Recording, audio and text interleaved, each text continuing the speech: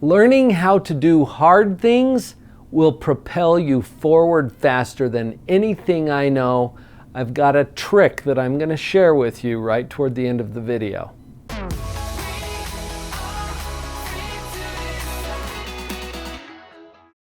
A good place to start is to clarify why. Why do hard things? That sounds hard. Well, yeah, that's why we call them hard things. Why do hard things? I've learned this. You get to have either hard, easy, or easy, hard. And what I mean by that is often when we choose to do the easy thing now, we set ourselves up for a harder existence later on. Good example. I don't feel like exercising. That would be hard. So I choose to do the easy thing now, which is to avoid exercising. And then I set myself up for a harder existence later on when my health crashes. I had a friend who told me, you know what, Paul? You pay for your health now or later. One way or another, you pick one. You do an easy thing now, you set yourself up for a harder existence. Check it out the other way around. What if I do the hard thing now? Well, then I set myself up for an easier existence later on. Using the same example, if I do the hard thing now and just go exercise, get myself out of bed, get myself into my gym shoes and go, that's hard, right? But it allows me to be more fit and healthy and have more energy in the long term. So you get hard easy or easy hard. Pick one of those. And let's start teaching our kids about that too. In fact, I did another video for teaching kids how to do hard things. You can link to it right up there. You click on that card and it will queue it up for you to watch it again later. That'll give you some insights as a parent. Back to our hard easy, easy hard. We have to be clear about what it is that we ultimately want. And there's an approach avoidance conflict that we run into. This is a psychological term that basically means there's a lot of reasons you want to do this thing, but it's hard, and so there's a lot of reasons you don't want to do this thing too. That's the approach avoidance conflict. I saw this demonstrated very powerfully. Back when I was in graduate school, one of my professors was working with a young man who was trying to earn his Eagle Scout Award. Now, to do so, he needed a swimming and a life-saving merit badge, which meant that he had to get into a pool. Well, the problem is he's afraid of the water. Didn't know how to swim. Okay, so this is a dilemma, right? He wants the Eagle Award, but he doesn't want to go in the water. That's the approach avoidance conflict that I was talking about. How do we overcome that conflict? Well, my colleague had a plan, and he worked it out with the kids' parents. He brought a $50 bill in a little Ziploc bag, $50 bill and a rock inside of there. And he took this young man to the pool side where he tossed that little baggie into the water, about 5 feet of water. Now, does the kid want the $50 that's now at the bottom of the pool? Yes, he does. Does he want to get in the water? No, he doesn't. Approach avoidance. What my colleague was able to do with that young man is to tip the scales a bit so that he could overcome his avoidance of the water in order to approach the $50, and he got the prize at the end. What are we willing to do for ourselves to tip the scales in our favor? And I think being clear about our why is definitely one of those starting places. Are you starting to see your own approach and avoidance conflict going on? Because that thing that you've said that you want, you really do want, but it's going to be hard or painful or expensive to get it. Right. What's it costing you now to not have that thing? Recently, I was on a call with a prospective client, and we were talking about one of my coaching programs that costs whatever it cost. And they said, well, I really can't afford it.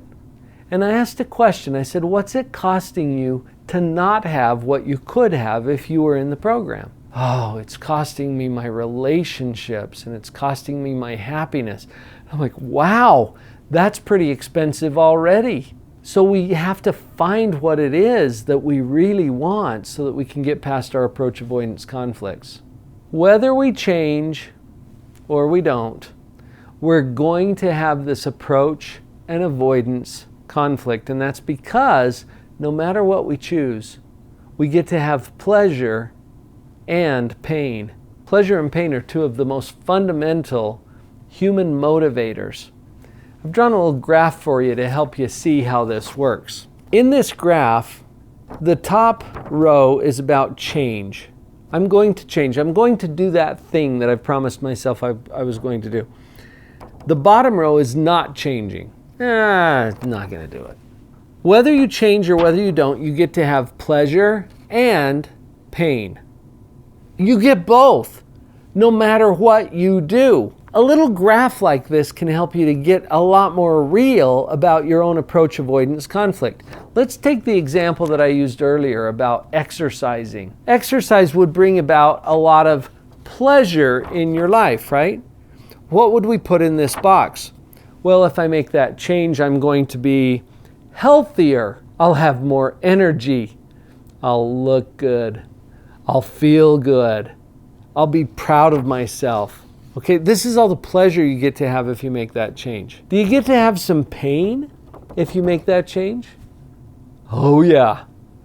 Yeah, there's the expense and the effort, and it's hard, and you get sore, and you get winded, and it's just hard.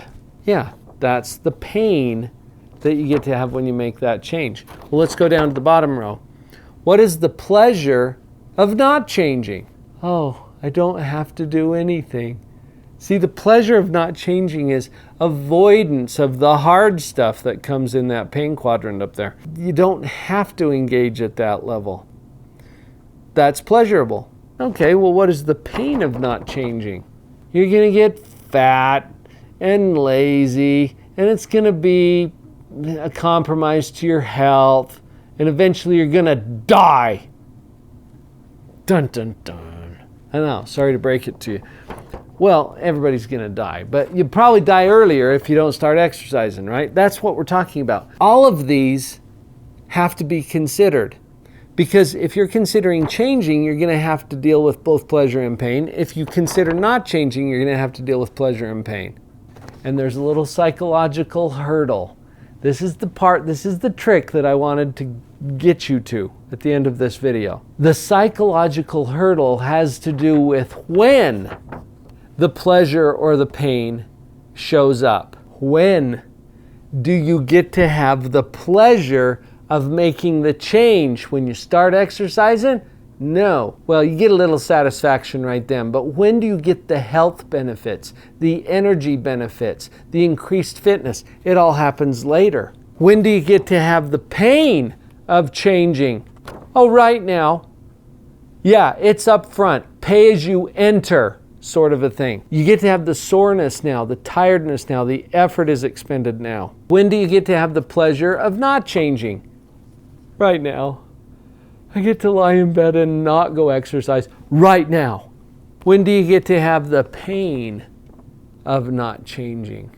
I mean the bulk of it, because you'll beat yourself up for not going to exercise, but when does the poor health kick in? When does the I'm severely overweight kick in? That's all later. One of my clients wanted to stop smoking. He was determined to stop smoking. He knew that it was going to kill him. But not today. And that's what had him putting off that decision.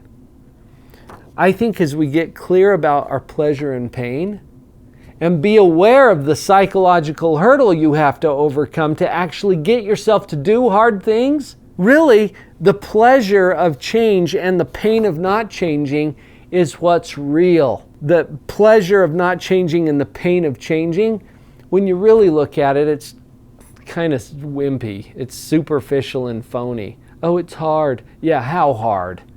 Get your shoes on and get out there. This is important to understand because that puts you in control of your own mind so that you can actually get yourself to do hard things. Do something.